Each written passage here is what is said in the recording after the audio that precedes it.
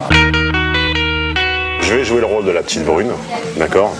Donc t'imagines que je suis toute mignonne, aborde-moi. C'est le dernier Nokia? Ah non, c'est un... Je sais même pas ce que c'est, vous savez, moi ça m'intéresse tellement pas les téléphones. D'accord. Voilà, ce blanc là de 3 secondes après, c'est mort. C'est fini, t'es dehors. Il faut pas que tu t'attendes à ce qu'au début, une inconnue prenne la conversation en main. C'est toi le mec, c'est à toi de le faire. Hervé a toujours eu des problèmes pour draguer les filles. Ce soir, il participe à un cours de séduction. Un coach lui apprend à aborder une inconnue dans un lieu public. Gêné par nos caméras, Hervé a souhaité rester anonyme. C'est difficile de les aborder. Pourquoi? Parce que les critères des femmes ont changé. Ils ont revu leurs critères à la hausse, voilà, tout simplement. Donc on est obligé d'être meilleur, on est obligé d'être plus viril, et en même temps, il y a tout un tas de contradictions dans ce qu'attendent les femmes des hommes, qui rend effectivement la séduction extrêmement complexe. Il faut vraiment que tu insuffles au début de la conversation de l'énergie dedans. Refais-le avec plus d'énergie. Ça doit faire 15 minutes que je l'attends, à votre avis. 15 minutes, c'est un retard ou pas encore? Ok, est-ce que là t'as une voix de mec? Tu veux que je t'imite? Ça doit faire 15 minutes que je l'attends. Est-ce que tu imagines Brad Pitt dans Fight Club? Est-ce que tu imagines George Clooney dans Ocean's 11, 12 ou 13 parler comme ça? Non. Donc ça part du ventre. Un point commun, un dénominateur commun à beaucoup de clients, pour caricaturer, ils sentent pas assez la testostérone. Ils me disent tous, moi je suis un mec un vrai. Moi j'assure, je sais bricoler une voiture, etc. Et quand on les regarde dans une relation, en séduction ou en couple, ils sont tout le temps dominés, c'est la nana qui choisit tout, qui choisit les vacances, qui choisit tout. Et ce qu'on essaye de faire, c'est progressivement de leur montrer ça, et de leur apprendre à reprendre l'équilibre, et arriver à se faire respecter. Ce qu'on va commencer à vous apprendre doucement, c'est à dire non. Du moment où une fille sent que vous êtes quelque chose entre le meuble et l'animal domestique, avec un petit côté poisson rouge qui reste dans son bocal en même temps, c'est le début de la fin. Si vous amusez à interviewer des hommes dans la rue et leur demander qu'est-ce qu'à leur avis une femme attend, ils vont vous dire de la tendresse, de l'attention, qu'on leur offre des fleurs, des chocolats, un bisounours. C'est ridicule, ça ne marche pas. Les femmes attendent plus de virilité. Julien en est persuadé.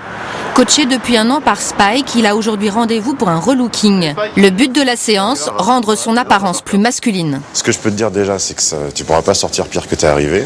Oui. Donc ça, tu vas tout de suite l'enlever. À moins que tu meurs de froid, mais même si tu meurs de froid, je te force à l'enlever quand même. Tu fais du sport? Ouais, bien sûr. Bah écoute, là ça se voit pas. Le but c'est qu'après le relooking ça se voit. Pourquoi ça se voit pas? Parce que trop grand, parce que au niveau des deltos ça flotte dans tous les sens. Comme le pull il baille un peu devant, on a l'impression que t'as un peu de bide, ce qui est pas vrai. C'est un mélange de gentil garçon à sa maman et de premier de la classe. Julien, qu'est-ce que vous pensez de votre look, vous? Je sais pas, je trouvais que c'était normal, je me posais pas trop la question. Quand j'étais tout petit, c'était ma maman qui m'habillait. Après, c'était ma copine en général qui m'achetait 2-3 trucs ou qui m'emmenait dans les magasins avec elle. On va voir en haut plusieurs choses. Un costume gris, un costume chocolat. Cet après-midi, Julien a 3 heures pour apprendre à être autonome et à s'habiller comme un homme.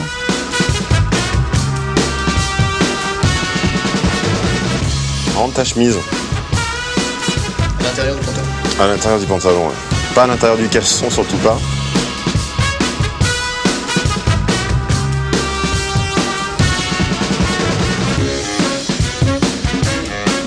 Ça me fait penser un peu à Tom Cruise, donc c'est bien. C'est tranquille, quoi. Il paraît avoir un statut supérieur, il paraît avoir une prestance supérieure, enfin, tout est mieux. J'aime bien le porter avec le col relevé, tu vois. C'est un petit côté bad boy. Sans exagérer, forcément, si t'as le col de Dracula, ne remonte pas jusqu'aux yeux, ça va être too much. Mais sur celui-ci, tu peux. Et on a virilisé ça avec des bottes un peu cow-boy, un peu bad boy. Comment tu te sens? Plutôt pas mal, ça me change pas mal. C'est comme si on devenait un petit peu magnétique d'une certaine façon. Sans aller jusque-là, mais c'est un peu le mot. Être fier de ce qu'on représente, c'est aussi se tenir mieux, plus se montrer et avoir une voix plus posée, une meilleure respiration, etc. Et une fois qu'on a tout ça, on est plus viril.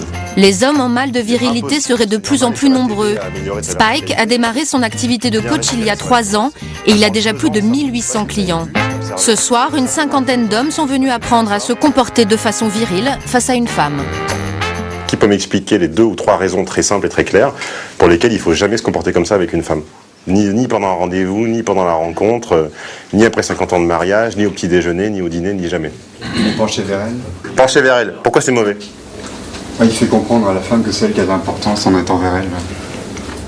Voilà. Première des choses qu'il faut comprendre, c'est que toute relation est une relation de pouvoir. Ça, c'est la clé de tout, et c'est la pilule un petit peu amère que vous devez avaler si vous voulez arriver à comprendre les relations hommes-femmes.